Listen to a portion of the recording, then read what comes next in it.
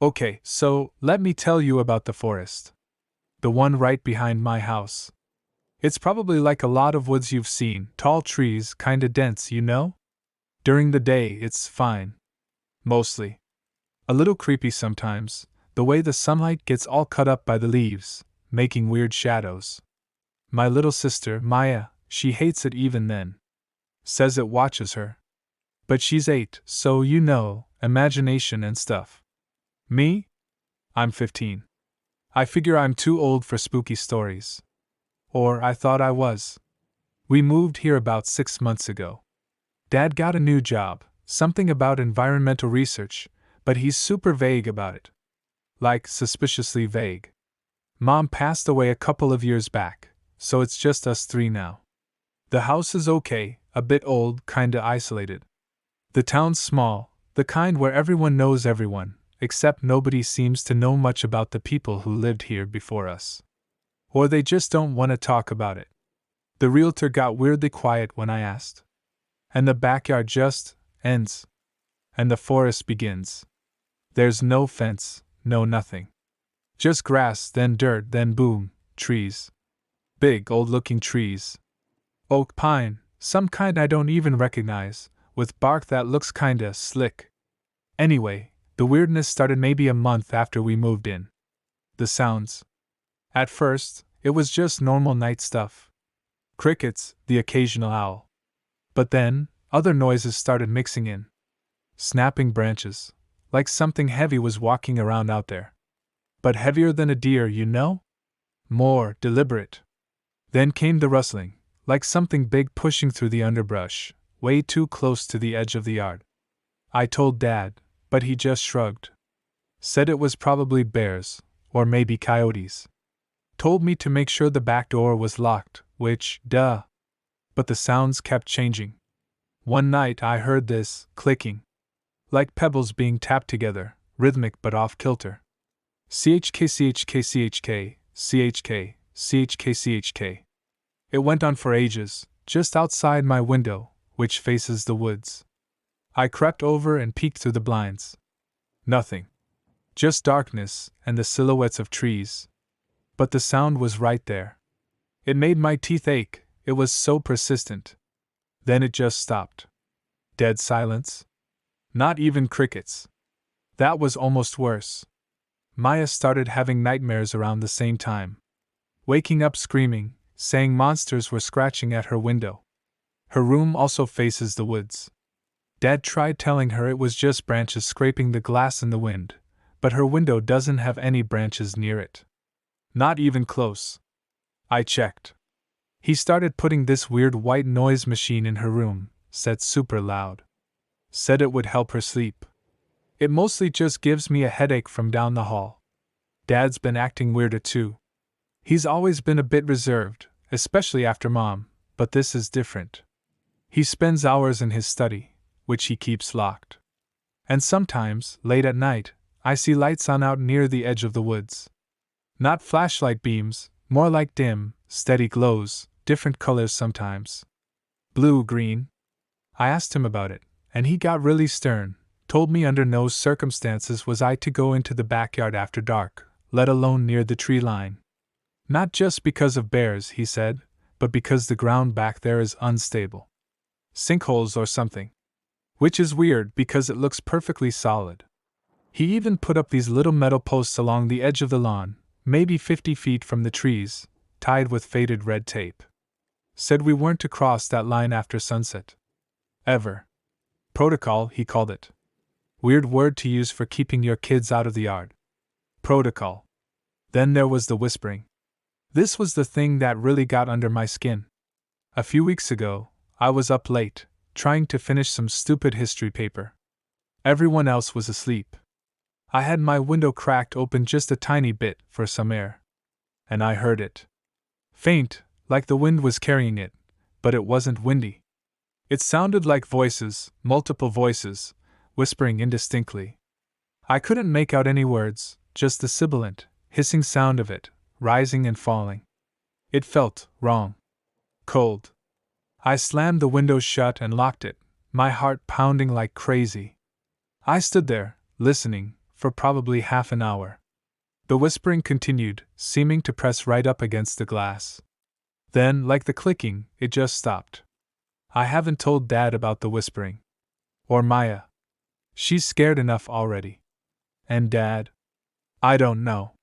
Part of me thinks he knows more than he's letting on. That environmental research job? The lock study? The weird protocols? The lights in the woods? It feels connected somehow. He keeps these strange laminated cards in his wallet. I saw one once when he dropped it. It didn't look like a credit card or ID. It had symbols on it, geometric shapes, and a string of numbers. And the letters SCP. When I asked what it was, he snatched it up real fast and just said it was for work. Subject classification protocol, maybe? Sounds kinda like something a researcher might use.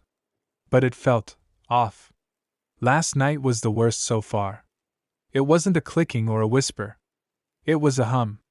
A low, deep vibration that I felt more than heard. It seemed to come from deep within the forest, and it resonated through the floorboards, up my chair, into my bones. It made the water in the glass on my nightstand ripple. Maya started crying in her sleep. I didn't even bother trying to look outside. I just pulled the covers over my head, like I was 8 again. The humming went on for hours. It felt like the whole house was listening, holding its breath. Waiting. I don't know what's in that forest. But it's not bears. And it's getting closer. The sounds are getting louder, more frequent, weirder. And I feel like that red tape Dad put up isn't just about sinkholes. It's like he's trying to mark a boundary, not just for us, but for whatever is out there. Like he knows it's watching, and he's telling it, this far, no further. But I don't think it's listening. I really don't. And the fact that my own dad might be involved, even just by studying it, that's almost scarier than the sounds themselves. What kind of environmental research involves whispers in the dark and deep, vibrating hums? What protocol is he following? I started looking around online, searching for stuff about the town, the woods, anything. Found a bunch of local legends, ghost stories, people disappearing in the woods over the years. Standard creepy small-town stuff, mostly. But one forum thread mentioned strange rules the older residents followed.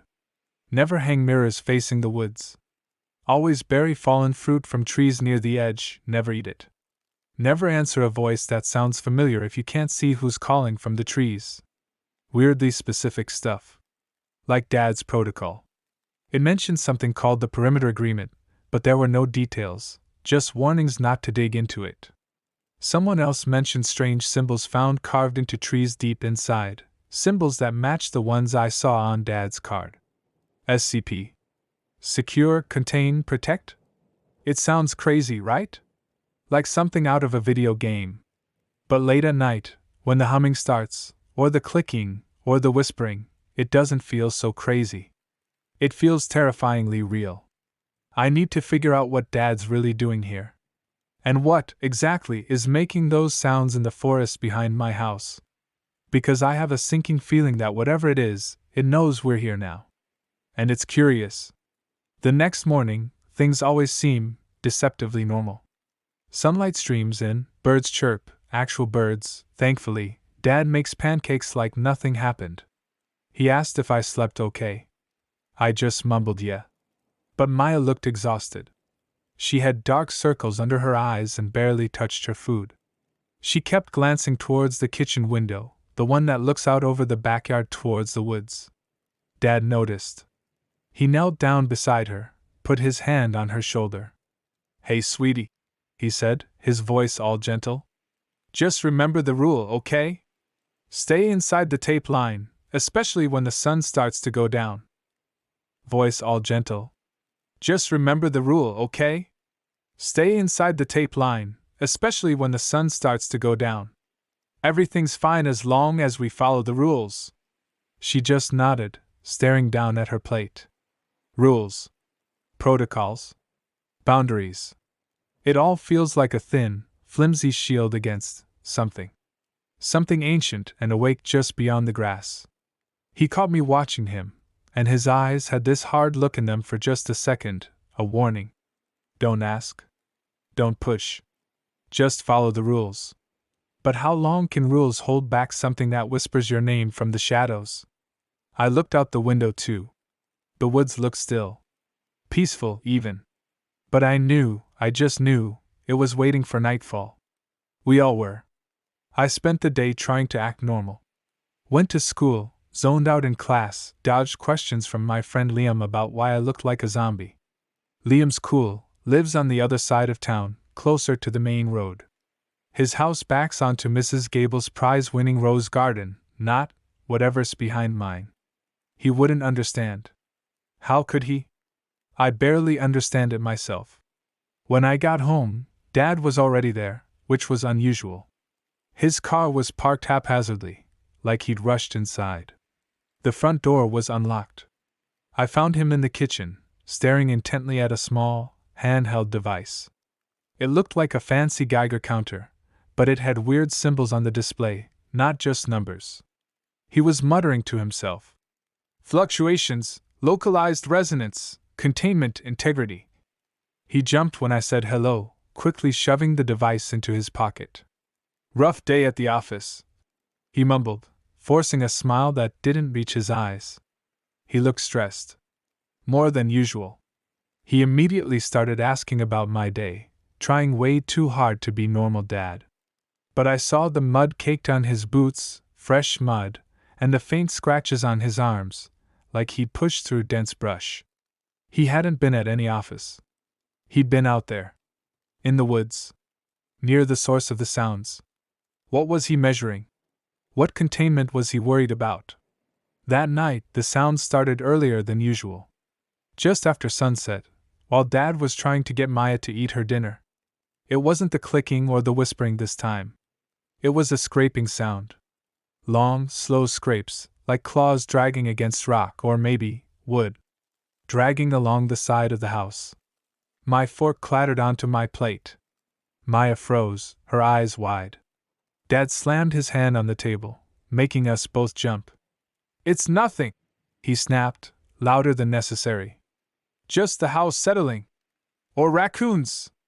Eat your dinner. But his knuckles were white where he gripped the table edge. The scraping continued, moving along the wall towards the back of the house, towards my room, towards Maya's room, towards the woods. Scray ape. Pause. Scray ape. It was methodical. Purposeful.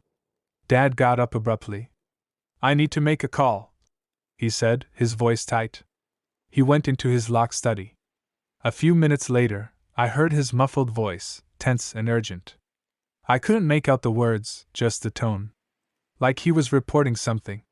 Reporting a breach? The scraping stopped. But the silence that followed was heavy, expectant. Later, tucked in bed, I couldn't sleep. Every creak of the old house sounded like the scraping starting again.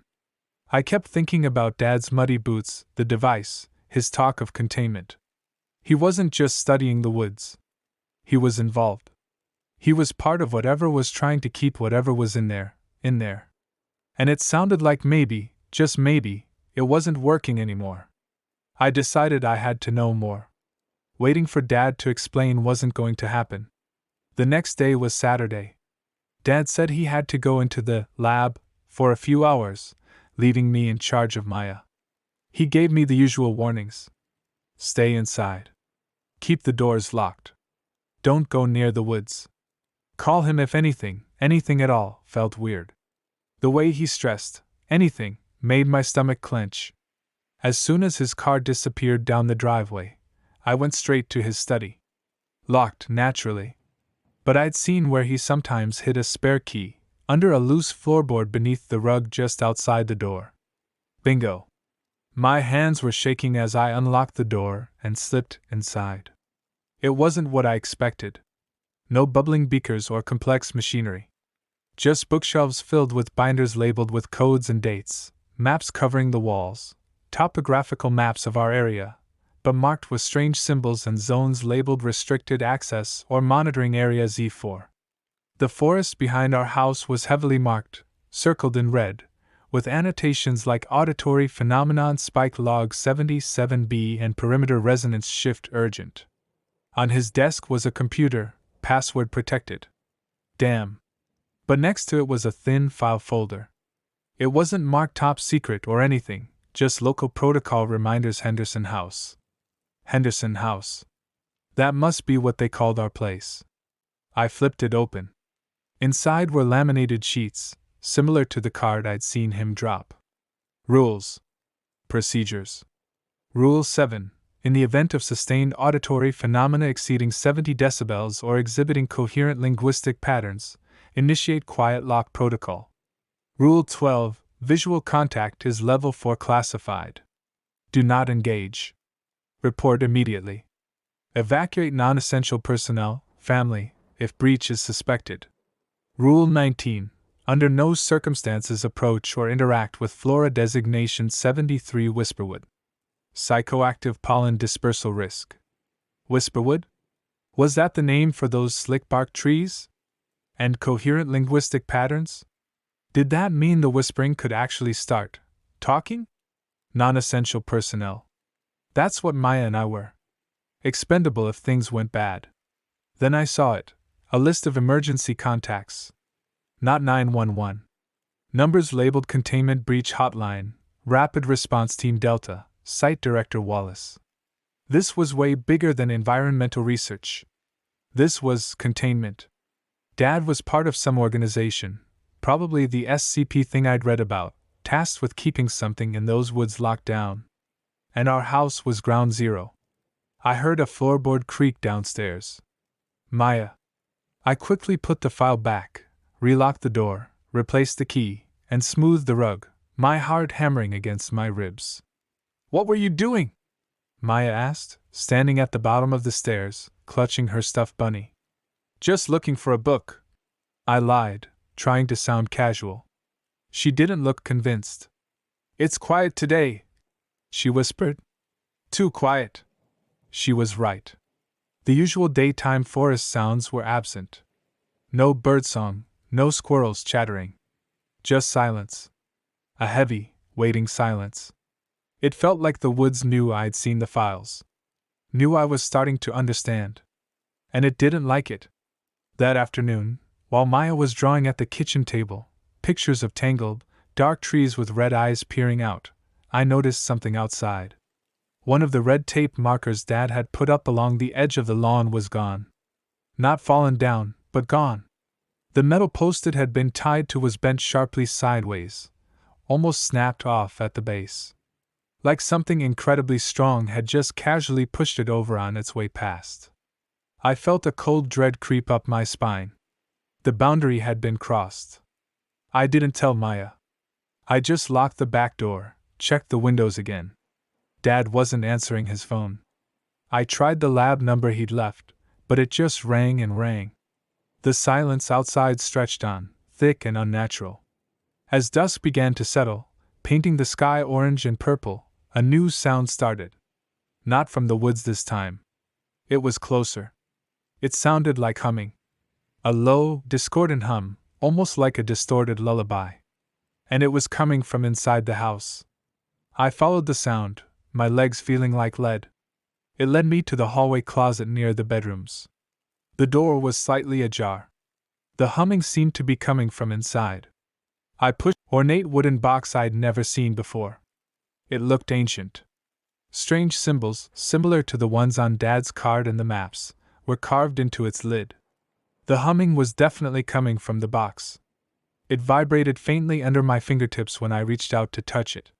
What was this? Something Dad had brought from the woods? Something part of the containment? Or something else? Should I open it? The humming seemed to intensify slightly, almost like it was encouraging me. Inviting me. I couldn't do it. Something screamed at me not to open the box. I slammed the closet door shut, my breath coming in ragged gasps. The humming seemed to lessen slightly, but it didn't stop entirely. It was a constant, low-thrumming presence in the house now. Maya came wandering down the hall. "What's that noise?" she asked, tilting her head. She could hear it too.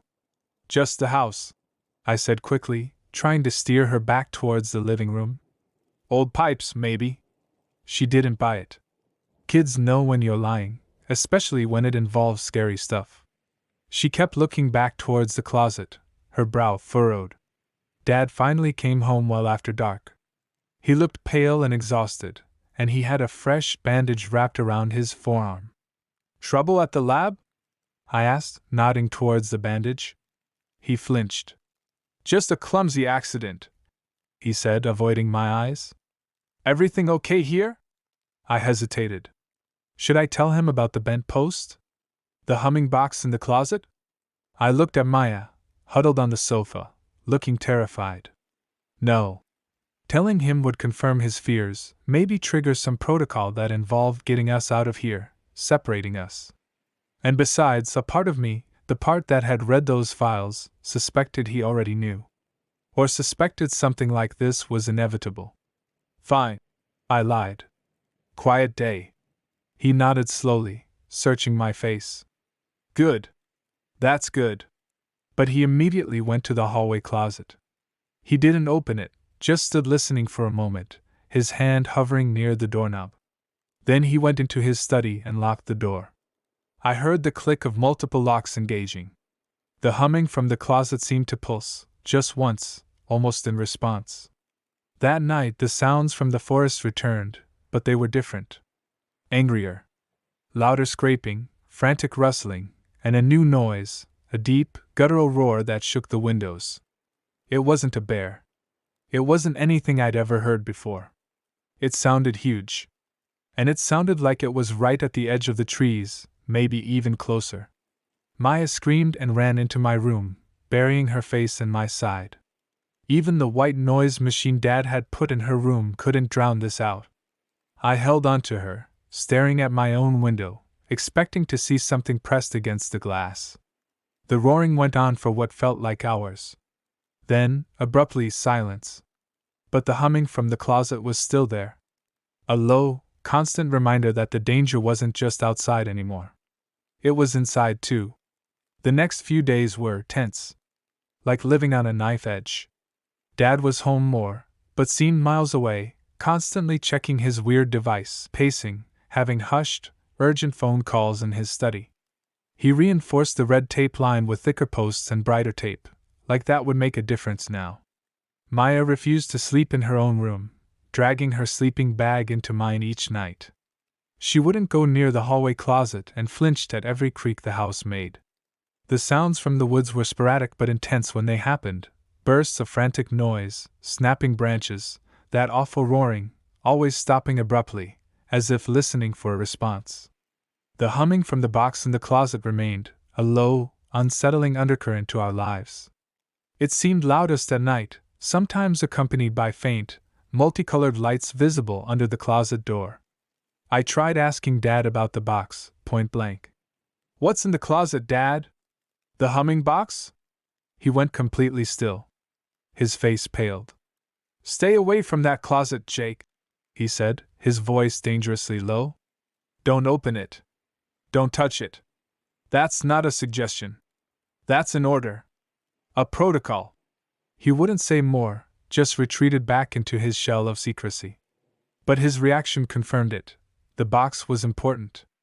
And dangerous. Maybe it was some kind of lure? Or a beacon? Or maybe, just maybe, it was connected to whatever was making the noise outside. Like they were communicating. One afternoon, Liam called. He sounded weirdly hesitant. "Hey man," he started. "You gonna be at school tomorrow?" "Yeah, why?" "Okay, just be careful walking home, alright? Especially if you cut through the park near the woods." "Why? What's up?" "Some kids were messing around there yesterday evening," he said, his voice dropping. "They said they saw something near the trees that border your area. Tall, they said. And fast. Left weird tracks." My blood ran cold. "What kind of tracks?" "I dunno, man, they were freaked out. Said it wasn't like an animal. More like drag marks. And they heard this clicking sound. Clicking. Just like I'd heard. It was moving. Exploring. Getting bolder. Thanks, Liam. I'll be careful." After I hung up, I went to the back window. The woods looked darker today, even in the afternoon sun. The shadows seemed deeper, longer. I thought about the bent post, the clicking sounds Liam mentioned, the roaring at night. It wasn't just making sounds anymore. It was testing the boundaries. And it was leaving the woods. Was it looking for something? Or someone? Was it looking for the box? That night felt different. Charged. The air was heavy and still, not even a breeze. Dad checked the locks on the doors and windows 3 times. He pulled the curtains tight. He seemed more agitated than ever, pacing the length of the house, pausing to listen. Around midnight, the humming from the closet intensified dramatically. It wasn't just a low thrum anymore. It was a resonant drone that vibrated through the walls. Strange lights flickered rapidly under the door, blues, greens, violets. Maya was whimpering in her sleep beside me. Then, a new sound began outside. Tapping. Gentle at first, like rain. Tap, tap, tap on the windows. All the windows facing the woods. Tap, tap, tap. It moved from Maya's empty room, to my room, to the living room window, then back again.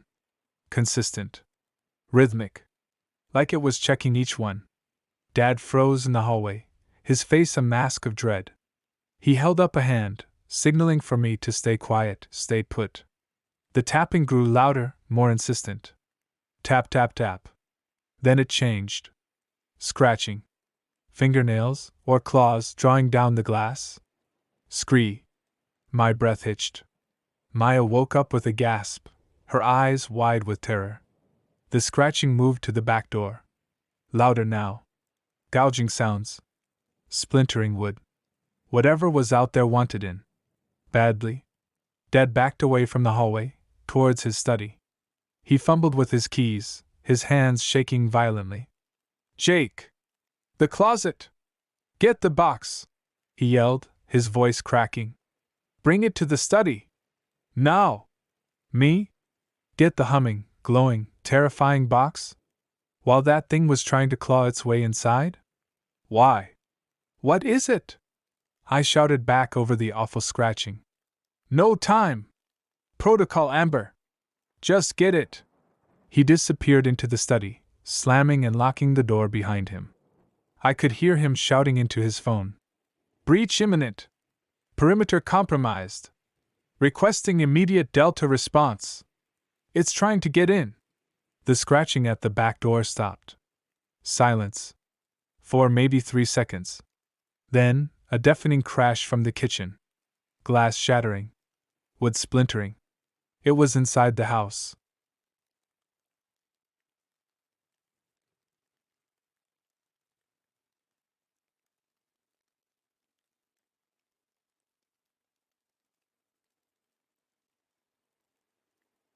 My heart felt like it was going to explode. I could hear heavy, shuffling footsteps moving inside the kitchen, accompanied by that awful, wet clicking sound. CHK, CHK, CHK, CHK, CHK, CHK.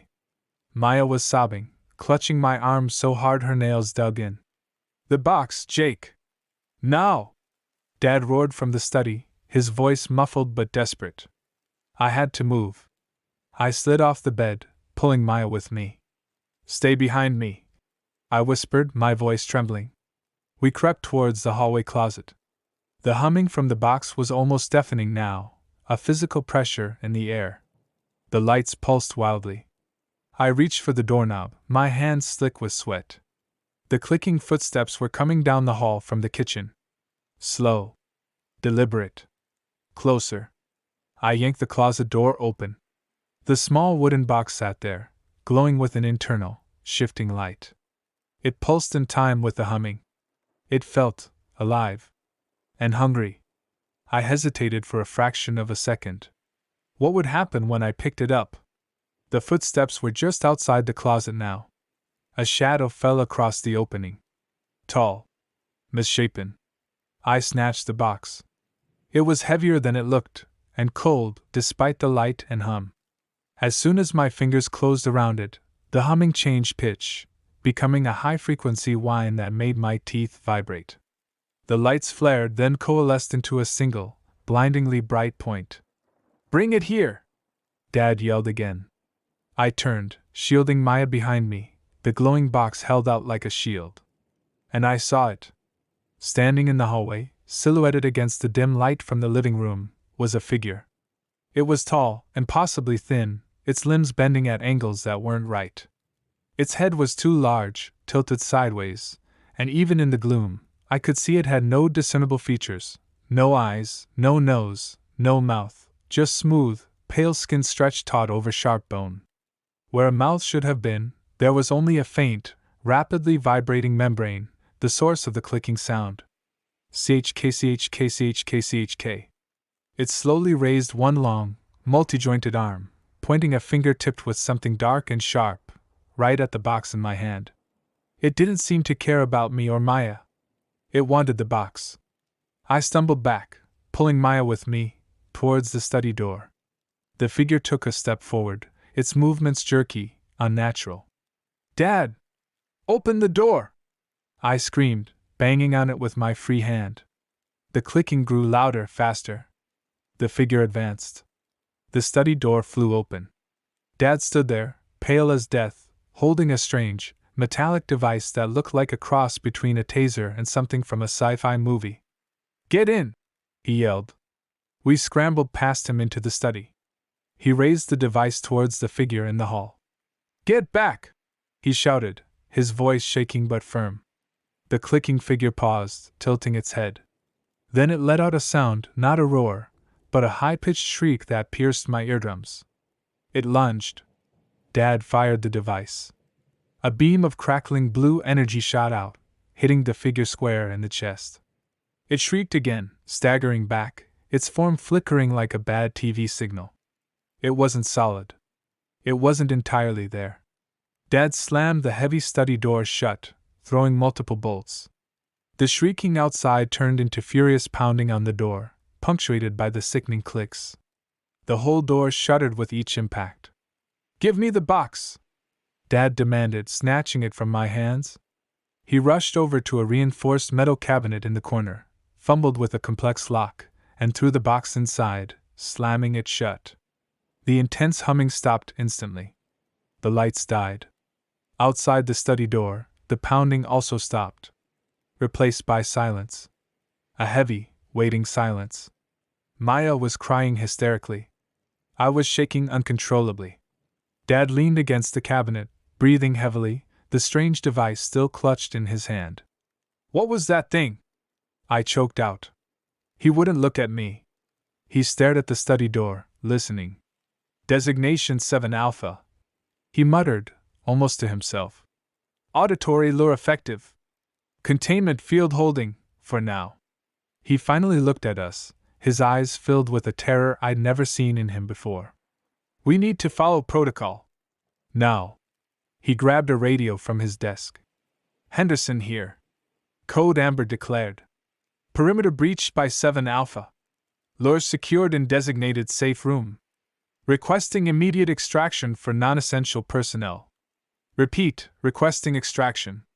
A crackle came from the radio, then a calm, female voice.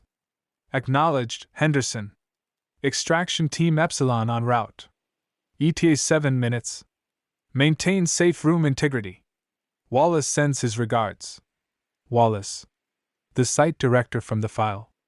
This was real. All of it. The pounding started again, harder this time. Cracks appeared in the thick wood of the door. That thing wasn't giving up.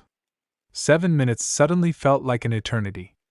Those 7 minutes were the longest of my life. The pounding on the study door was relentless, shaking the hinges, sending dust motes dancing in the air. Splinters flew inwards. The clicking sound seemed to seep through the wood, scraping at my nerves. Maya buried her face in my chest, muffling her sobs. Dad stood with his back to the metal cabinet, aiming his energy device at the door, his face grim. He kept glancing at his watch. "What is that thing, Dad?" "Designation 7 Alpha?" I whispered, needing answers, needing anything other than the terrifying noise. He shook his head, eyes fixed on the door. "Not now, Jake. Just stay quiet." "But you knew it was coming! The box, the protocols, what is this place?" The door buckled inwards with a deafening crack. A long, thin, pale finger poked through the splintered wood, probing the air, clicking rapidly. CHK. Dad flinched but held his ground. It's a sensitive location, he said tightly. We monitor phenomena. Things that shouldn't cross over. The box, it's complicated. Part lure, part anchor, part containment. Containment for that? I gestured wildly at the door. Partly. It's attracted to certain frequencies. Resonances. Like the box emits. Usually, the perimeter field keeps things like alpha contained within Zone 4. But something interfered. Weakened the field. The humming? Maybe. Or something else. He didn't elaborate. More wood splintered. We could see glimpses of the pale, featureless face pressed against the cracks, the vibrating membrane where its mouth should be. It shrieked again, a sound full of rage and frustration. Suddenly, floodlights lit up the backyard outside the study window, bathing everything in harsh white light. The pounding stopped. We heard muffled shouts from outside, the sound of heavy boots on grass, the crackle of radios. Then, a deep, mechanical hum, much louder and more powerful than the boxes, resonated through the house. The figure outside the door let out one final, ear-splitting shriek, which abruptly cut off. Silence. Dad sagged against the cabinet, lowering the device. Epsilon team, he breathed, relief washing over his face. He keyed his radio. Henderson. Safe room secure. Alpha neutralized? Affirmative, Henderson. The calm female voice replied. Subject repelled by localized resonance pulse. Perimeter reinforcement crews deploying now. Stand by for evac protocol. Dad looked at me and Maya. Okay. We have to go. Now. Grab only essentials you can carry in one hand. Nothing else. Go where? I asked, bewildered. Are we leaving? For now. It's protocol.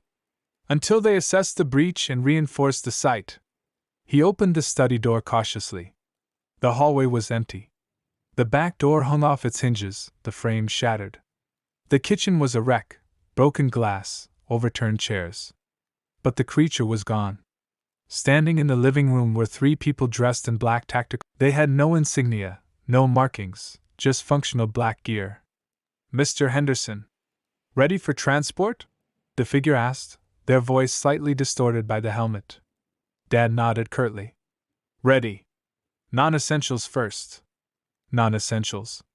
Us. The leader nodded towards me and Maya. This way. Quickly and quietly.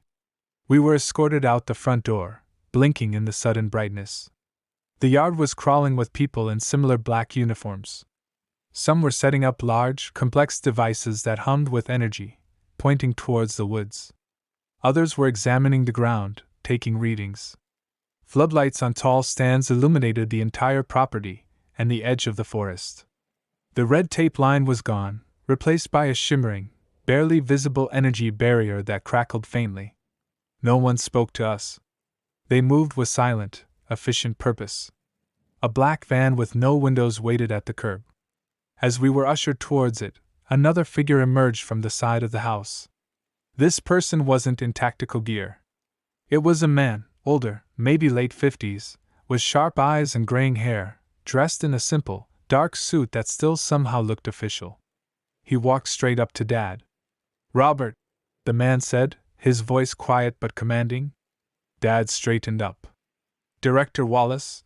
He acknowledged. Wallace glanced briefly at me and Maya, his expression unreadable, then turned back to Dad. Containment held, but the breach was significant. Alpha hasn't shown aggression this overt before. What changed?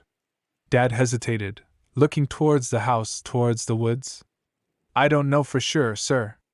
There were anomalies. The resonance box became active independent of stimuli. Auditory phenomena increased. And there was unauthorized access to Level 2 documentation. He shot a quick, pointed look at me. My stomach plummeted. He knew I'd been in the study. Wallace followed his gaze, his sharp eyes lingering on me for a moment longer this time. A flicker of something, calculation? Suspicion? Crossed his face. I see, Wallace said softly. Get your family settled at the relocation site. Then you and I will have a detailed debrief. We need to understand the amplification factor. He gave a curt nod, dismissing Dad, and turned back towards the house, already talking into a small communication device clipped to his lapel. Increase perimeter scans. Deploy counter-resonance measures. I want full diagnostics on the Henderson anchor box. And someone find out exactly what the boy saw. He was character number 5. Director Wallace. The man in charge. The man who knew everything. As the van door slid shut, sealing us inside, I looked back at the house. It looked deceptively normal under the floodlights, except for the shattered door and the shimmering energy fence separating it from the woods. But I knew it wasn't normal. It was a containment site. A potential ground zero. And whatever lived in those woods, designation 7 Alpha, it was still out there. Repelled maybe? But not gone. And now, Director Wallace knew I'd seen the files. Knew I knew something. The van pulled away, leaving our house, the woods, and the silent, black-clad figures behind. Where were we going? What was the relocation site? And what was the amplification factor Wallace was worried about? I looked at Dad, sitting stiffly in the front passenger seat, staring straight ahead. His face was a mask again. The questions piled up, but I knew I wouldn't get answers. Not from him. Not easily. The fear hadn't left. It had just changed shape. It wasn't just about the sounds in the forest anymore. It was about the secrets, the organization Dad worked for, the things they were containing, and the cold, calculating eyes of Director Wallace. We were safe for now. But we were also caught in something much bigger and more dangerous than I could ever have imagined. And I had a terrible feeling that designation 7 Alpha wasn't the only thing lurking in the dark.